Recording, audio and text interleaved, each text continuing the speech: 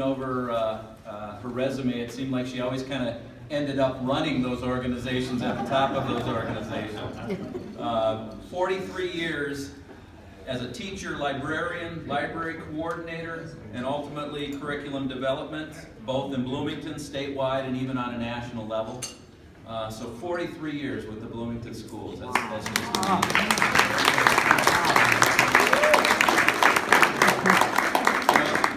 Amazing. She was a founding member at St. Edward's Church in 1967. She served on many committees, including the Parish Council, President of the Parish Council, and she's currently chairing the committee that is planning the 50th anniversary celebration next year. So, from founding members to chairing the 50th anniversary, I say that again, pretty amazing, pretty amazing. In her retirement, she got involved with the Bloomington Civic Theater, which is now known as Artistry. In 2002, she was a volunteer coordinator. She ended up on the board of directors from 2004 2008. Another award that she's earned from the Bloomington Fine Arts Council in 2010 awarded her the Arts Advocate of the Year Award.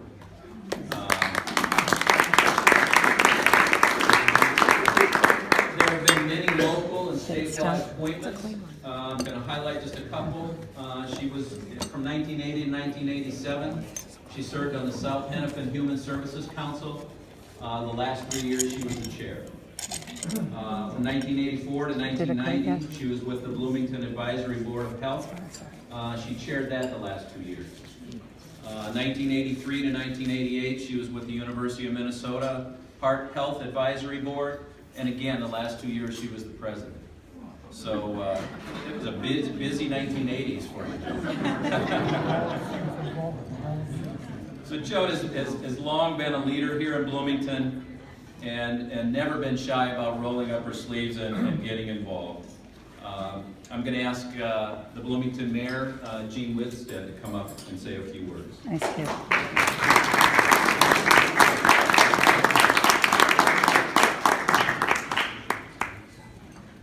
Well, thank you, and it's fun to be here tonight, and I've had the opportunity over many years now to speak at these events, and it really does tap into all that makes Bloomington great. It's so interesting. We have to be grateful that the Community Foundation puts this event on and does really recognize things that have come together to really make this community what it is today. And our recipient this year is one that I think goes back with a root deeper than about any of the other recipients that have been within the city of Bloomington for this Legacy Award. You know, as mentioned, Joan moved to Bloomington in 1951 to teach school and really has blossomed and evolved from there. But I think those of you who've attended these before know that I dig in a little deeper and go back and come up with some other interesting things about our Legacy Award recipients. And I tried to do that with Joan a little bit this year, but I'll tell you, it was quite difficult because there is nothing out there that is really out of the ordinary other than her tremendous work and energies that she's put forth. But it's fun to talk about a person who has meant so much for the city of Bloomington. And it goes back to, well, let's say 1931, Joan, and we're giving up a little bit of a date here. And that was in the program, so I'm not divulging the girl's age. That's not what I'm doing. But, you know, one of 9 children, born out in Seward County, Minnesota. Those were the Depression days, if you think about it. In a farm family, 9 kids out in the farm, out in the plains of Minnesota, growing up. The Traxler, you were born Joan Traxler. You know, that's the name. And she went to school in Cleveland. Now that's not the Cleveland that just won the NBA championship and the World Series contenders. It's Cleveland, Minnesota. And I have no idea where Cleveland, Minnesota is, but I'm sure it's out in Seward County. It's out there someplace. So went on to Mankato State, went on to the University of Minnesota and achieved her degrees there. But then it was the fall of 1951 that this young woman moved to the city of Bloomington and began teaching school in our schools. Now, if you think about the history, 1951, you know, France Avenue right here, which is right outside of this hotel, was a dirt road. coming out here. 9,000 people lived in the city of Bloomington. Now in the city of Bloomington, we have 9,000 hotel rooms. And on any given night, there's 9,000 people visiting and staying in the hotels in the city of Bloomington. So that was going on. And Joan really was there in the beginning, because in those days, there were more children who were under the age of 7 than there were in the whole entire school system in the city of Bloomington, grades 1 through 12. So she was a pioneer when it comes to all that happened in the city of Bloomington and its education system. 43 years later, she went through and did things. Classroom teacher, as was mentioned, at Cedar Crest, Riverside, Valley View, Southwood, Westwood schools. You need to know that she was one that was there. And I did talk to my wife, who is a student at Southwood and Westwood, and she thinks she remembers you being there and being the best teacher she ever had. Many years she taught in the schools, but then she moved over to the central office and worked basically in the library side of things as a library coordinator. And she even served, when she was doing that, coordinating library and library activities for all the schools in the city of Bloomington. She still acted as a librarian in a couple of different schools out there. And that's a big job. A lot goes on there. And the position was really important at that time, because Bloomington was really going through its growth spurt at that point in time too. And so she worked to establish the libraries in Olson, in Normandale Hills, Oak Grove Middle School, junior high at the time, Jefferson High School. So she's the one who really built and put these programs together. And she also continued her own career advancing within the Bloomington school system. And as mentioned, she served as the curriculum generalist as well as the instructional generalist. And so that just means that she was really in charge of all that was going on and being taught within our schools within this community. And it goes on from there.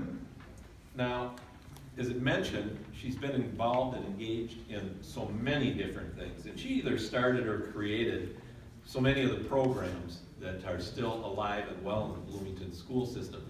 But she did it at a time, really cutting edge times and things like this. She directed the Title I program within the city of Bloomington schools.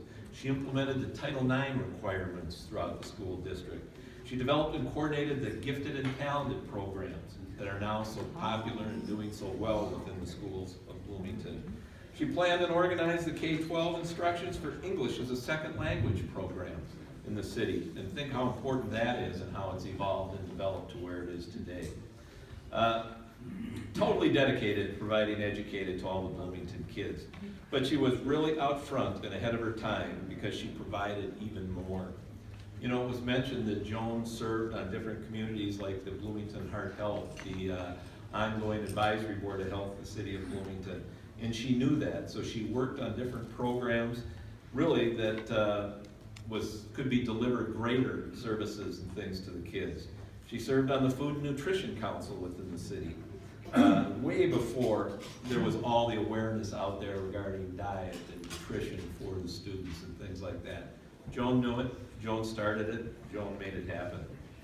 She was considered for the Human Relations Award, sponsored by the Minnesota Education Association, because if there's anything you can say about Joan, it's that she understands. She's a great humanitarian. She is just out there thinking about people all the time.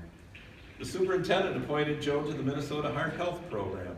And by the way, I was one of the guinea pigs there. You took the baseline data on me, and I've been waiting for them to come back and see what's going on, see if the lifestyle that was predicated has worked. We'll see how that goes. You're still alive. I'm still here. I'm still upright, so I think it's a good thing. So, but the other types of programs that she worked at and worked through within the city too, within the schools, was Quit and Win. It was a 7th grade stop smoking program. Now think about this. Cholesterol education and screening within the city and the community and the schools. And this was in the late 70s and 80s. If you think about that now, think about how progressive and forward-thinking this woman was and the things she helped our community with. So, and then think about this one too.